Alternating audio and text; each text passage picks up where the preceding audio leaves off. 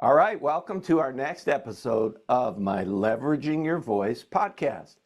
Today we have a special guest who I think you're going to really enjoy. I don't even know where you're located, so where are you from? Just start us off with that. I'm from the Buffalo, New York area. Okay, good. Let us know your name too. Christina Summerville, owner of Foundations Physical Therapy. Awesome. And I'm Paul Reckwitz, and I am with PR Vocal Coaching, and I do this podcast with other business owners so that they can leverage their voice and get their message out into the world. And I hope that we'll have a chance to do that with Christina today, and I think we will. We've been doing a little chit chat to get ready, and she seems a very fun person. So I'm excited about that. You're even going to pull up a foot. Now, you didn't take that foot from a cadaver, I hope. No. Although, awesome. Yeah. We're going to get there. That's good. All right. So before we get there, just tell us a little bit about who you help and what you do for them. I help people who want to be active. They like to go for really long walks or hikes. Maybe they like to run. Maybe they want to be training for a race or planning a vacation, but they have pain in their feet or anywhere in their body holding them back. It could be pain in your knees, your hips, your back.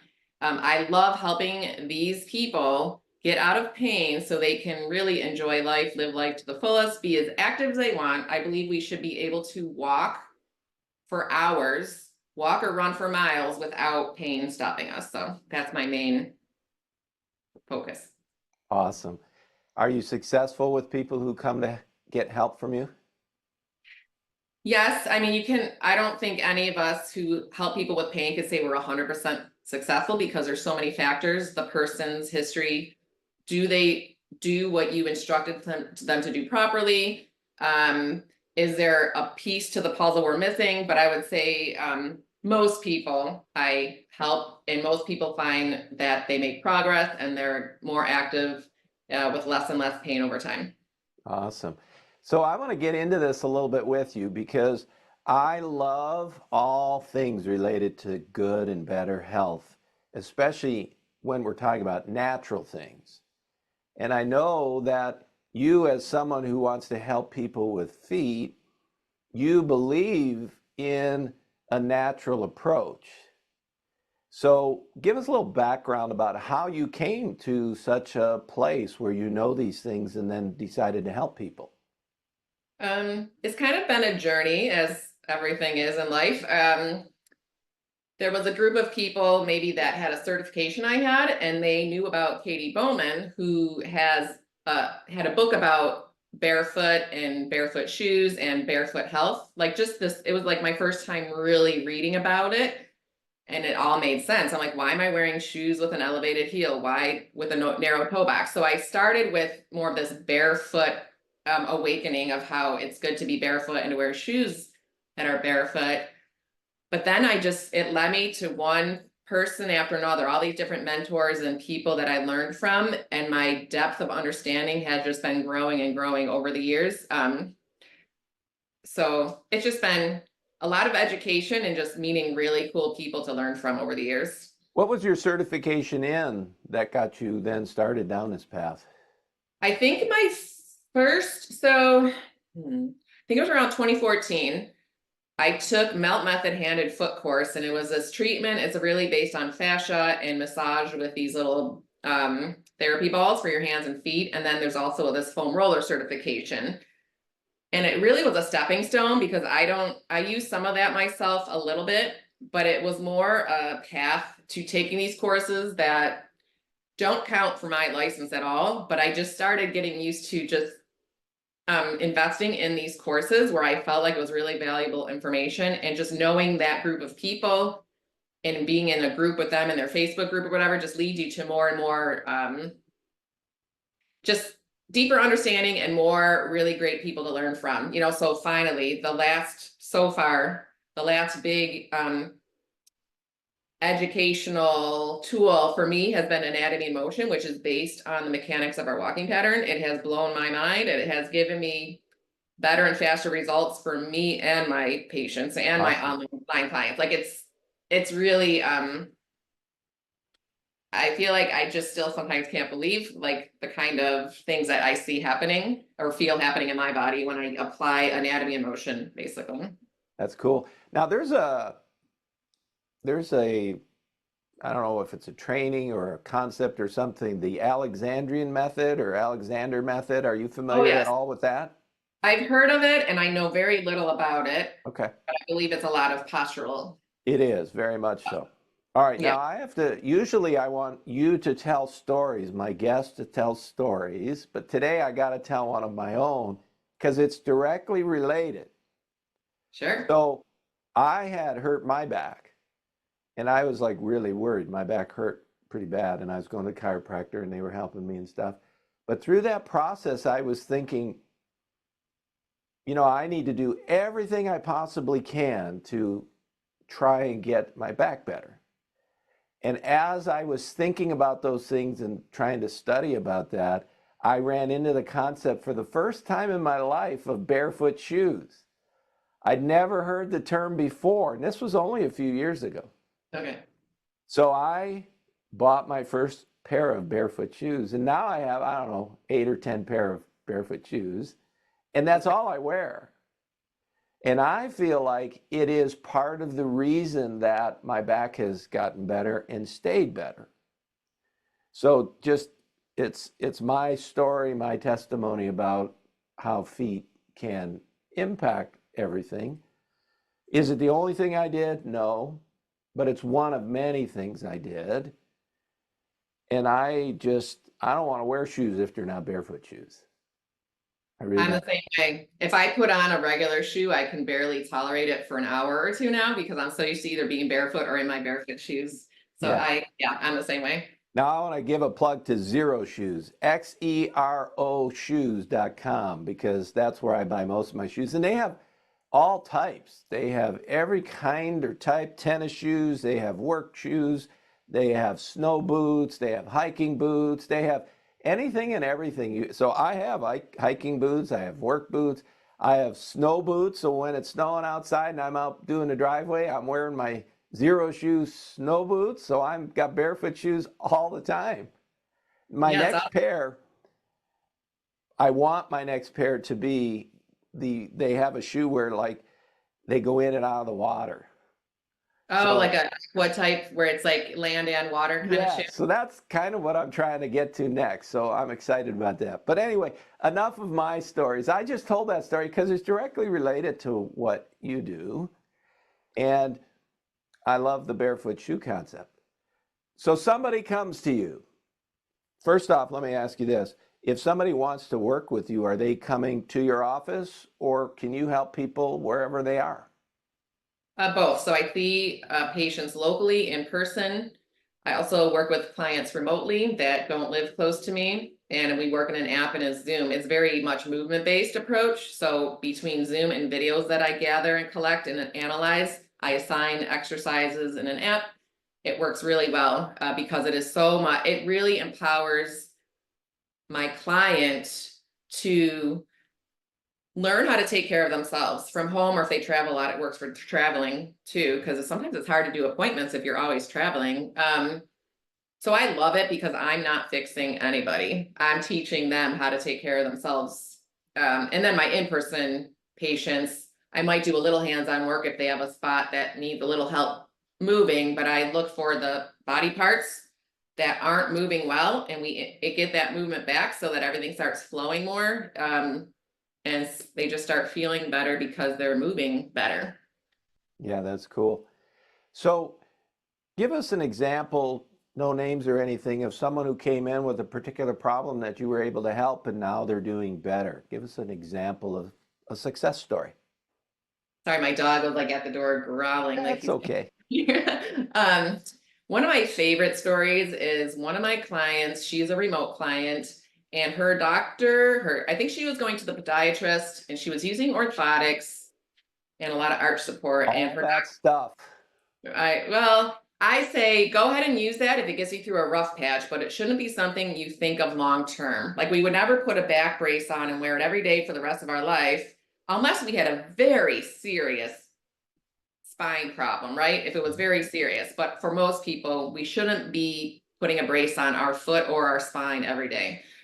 So her doctor told her that her plantar fasciitis was incurable. She found me online somehow. Maybe she was searching for people who talk about feet and I popped up. But so I'm so thankful I got to work with her.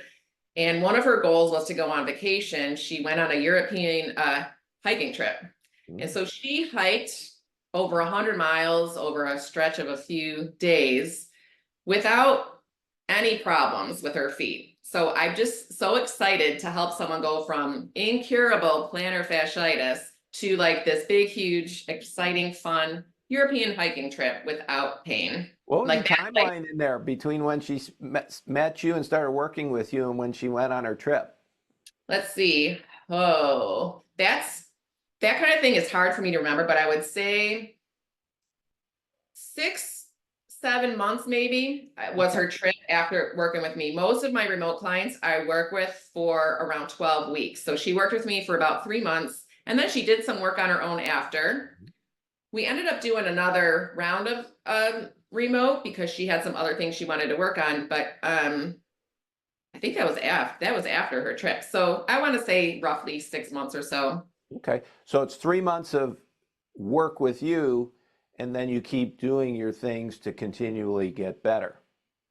Yes, it's like you learn a toolbox of habits and exercises. I use foot wedges a lot with my clients to help the feet interact with the ground better, so that from the ground up, you start waking up movement patterns that have kind of gone dormant, like that we don't use anymore. So these are not to put in your shoe, but to put under your feet to help your feet interact with the ground better.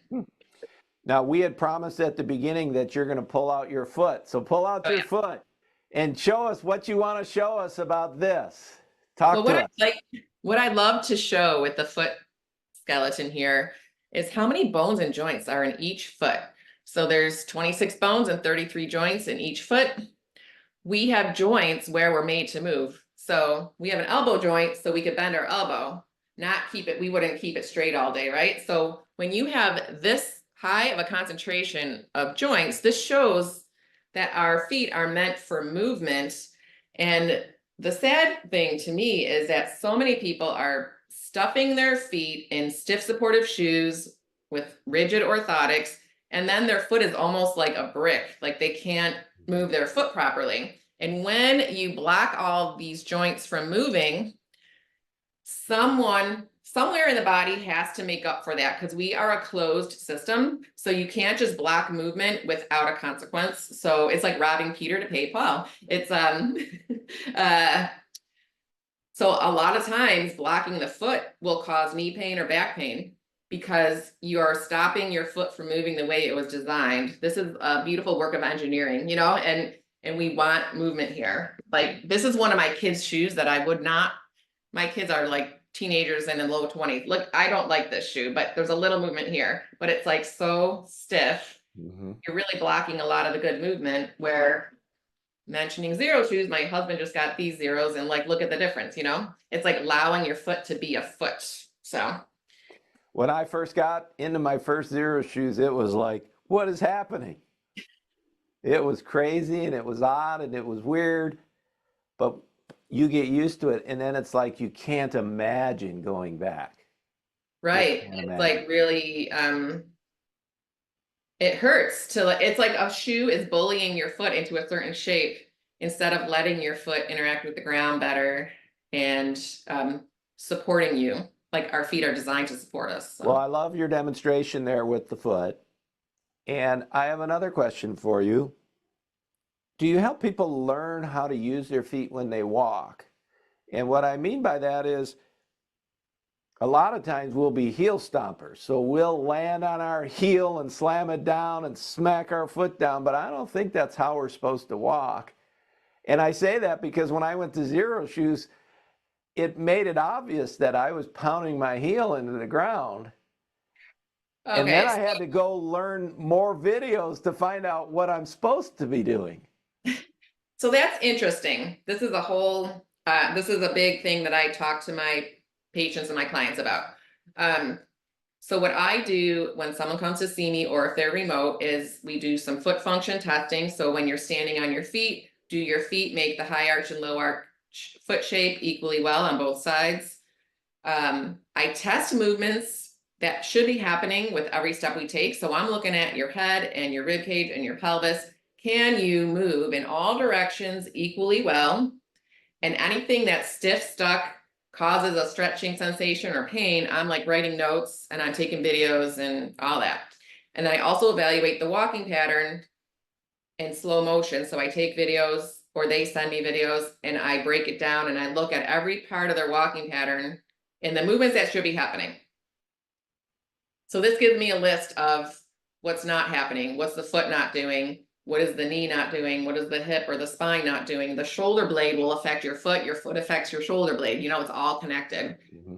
Looking for those stuck spots and then getting that movement back in. So what I tell them is, so I'll send you the video and I'll draw lines on it. I'll be talking on it and showing you what I see isn't happening and what's missing and what we're going to be working on. But I absolutely do not want you to try to do all that when you walk, because what's going to happen is you're going to overcompensate, exaggerate, do it wrong.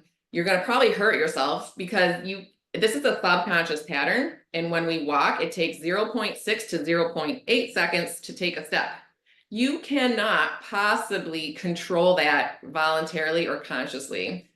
It's that subconscious pattern. So what we do is it's like a freeze frame. So say we're working on, okay, say heel strike when you put the heel on the ground. Say we're working on heel strike on the right foot because it's really like out of balance in your body. We would freeze frame that segment, put your heel down. I'm talking you through the movements that should be happening in your foot, in your back, in your shoulder. And so there at that point, you can practice that and you can do it several times, get better at it. And then later when you go for a walk, just notice what changes you make. Just relax and flow and notice, like, sometimes you notice you feel taller or more fluid, like you're rolling instead of like fighting with yourself. Sometimes you feel maybe your calf is burning because you weren't using it before properly. And now your calf or your glutes, they're helping you walk more. So it's better to just walk and notice the changes and not try to change how you walk, because there's no way we can really do that effectively. Well, many of those things you were talking about, I'm sitting here thinking, yeah, I experienced when I got those Xero shoes.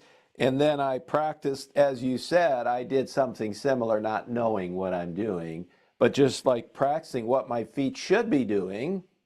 And then I would go out and walk. And then I would notice my legs, the muscles in my legs are behaving differently. And then I would come back and I'm like, hey, I feel different. And like, I got to sit down because I'm using muscles I haven't been using at all. Yes. I mean, and it's so sometimes like when people just switch to a barefoot shoe, because traditional shoes, like say a sneaker, might have a really thick cushion on the heel. And so you get away with pounding the pavement when you walk or run. So you can have almost sloppy form, you know, like you can get away with things that you almost shouldn't be getting away with because of that thick cushion, where if you switch to a barefoot shoe, you just can't do that anymore because it'll hurt because you're going to be pounding like a thin. That was my experience. Yeah. So it does change the way you walk just by changing your shoes. Yeah. But what I noticed myself, because I wore barefoot shoes for years, was like there was these little things that were wrong with my mechanics, that the shoes alone didn't. Right, you got to work a little bit more than just the shoe. The detail work, yeah. So when I started doing the detail work of these mechanics-based exercises, I was like, what is going on? Like my feet would cramp up from making the arch properly, and my hips went through. I keep making more and more breakthrough, and my hips are like burning and like all kinds of stuff because I'm really doing the detail work now, you know? But it's really exciting when you're the one experiencing all these changes from something as simple as walking. And, you know, there are people who say, well, look, I've been walking all my life. I don't need any help walking. I don't know what to say to those people. Maybe they're not your ideal client, but I feel bad for them because they're probably saying that and it pains them to walk. Well, that's the interesting thing is most of us think we don't need to get better at walking. We're like, I've been walking since I was one. But what I'm finding is that when people are experiencing pain, if we use this model of improving the walking mechanics, then that work you're doing to do the exercise, say you're spending 10 minutes a day doing some of your exercises, and then we're humans that walk to get from point A to point B. So when you're walking, it's picking up on those new movements. So you're getting like almost an exponential effect because your walking pattern is becoming more fluid. And I think that's why this technique works so well, because it's not, because it's changing, tapping into your walking pattern and changing the way you walk. So walking becomes healthier and more beneficial because you're moving better, you know, like it's hard to put it in words and really explain to I do people, understand that perfectly. In my vocal coaching, I say something similar. Look, we're going to work together on your voice, and every day you're going to do some vocal warm-ups. But then you know what's going to happen? Throughout the rest of the day, you're going to be talking, and you'll be talking better all throughout the day. So you're practicing all the time. How long am I going to practice? Well, you're going to do 15 minutes, and then in reality, you're going to practice all day. Perfect example. That is just, yes, exactly. Mm-hmm. We walk, we talk all day long, right? I mean, Yeah. even if we have a desk job, we're still getting up and we're walking to shop or do housework or whatever you do all day. There is going to be some walking involved. Yep. So yeah, it's like you just get the benefits then, even when you're not practicing intentionally. Yeah, it's a wonderful thing. Now, Yeah. what is your website? So somebody's watching this video and they might be in pain, and they might be local or remote because you will work with either. Where would they go? What website would they go to so that they could connect with you? Foundations, PTWNY, which is for Western New York.com. FoundationsPTWNY.com. Mm-hmm. Right, now we're going to put that, when we post this, we're going to put that link in the text of the post so people will have access to it. Okay, thank you. And when they go there, they're going to see you and some other types of information that they can learn from? Yes, there's ways to book an appointment if you're in the Buffalo, New York area, if you want in person. There are ways to just reach out to me and send a message. So I have one-on-one remote coaching, and I also have group coaching now, and we can have a discussion to Okay, see. you got to say it. What's the group coaching for? The group coaching. Say to it. dip your toes in. Yeah, if you're like not ready to go all in on this one-on-one walking mechanics they can approach, just tip dip their your toe toes in and learn in a group setting, and you can learn some of my most favorite exercises, but you're doing it more on your own and just figuring things out on your own to see if you can get some breakthrough on your own. Awesome. So you have different levels where they can get to know you as they're going. Yes. Or they can just jump in with, what? Oh, go ahead. No, you go ahead. I was going to say it's not really on your own because I'm coaching in the group, but it's not one-on-one, you know? Right. But yeah. Right. And so they can do any of those things. They can send you a message, they can get on your email list, they could get into group coaching, or they can just say, hey, I'm ready, I need help, and sign up and start working with you one-on-one. Yes. Yes. Awesome. Awesome. Well, I love this podcast because I love the work you do. And it's especially true because I've had the experience that I talked about earlier, so it directly connects with me. But I want to ask you, is there anything else you wanted to share about who you are or what you do or how you help people before we hit the end of the podcast? Oh, gee. No, I just think I really love empowering people to take care of themselves with a good set of exercises and habit changes, and not be so dependent on going to appointments. And not that you never need appointments, hands-on, one-on-one with practitioners, but I think what we do at home on a daily basis is much more important than these appointments where we think someone is going to fix us. You know, I think in rare cases we get fixed. In most cases, like what we do every day is much more important. So I love getting people excited about what they can do to make changes and to be healthier, to feel better, and do what they want to be doing. That's cool. Well, Christina, you've been a great guest. Again, I love your subject. Anyone watching, you should connect with Christina. And even if you don't have pain, join her group coaching and see what you might learn, because it's really exciting. And I love the work you do. So I want everybody to come and get help.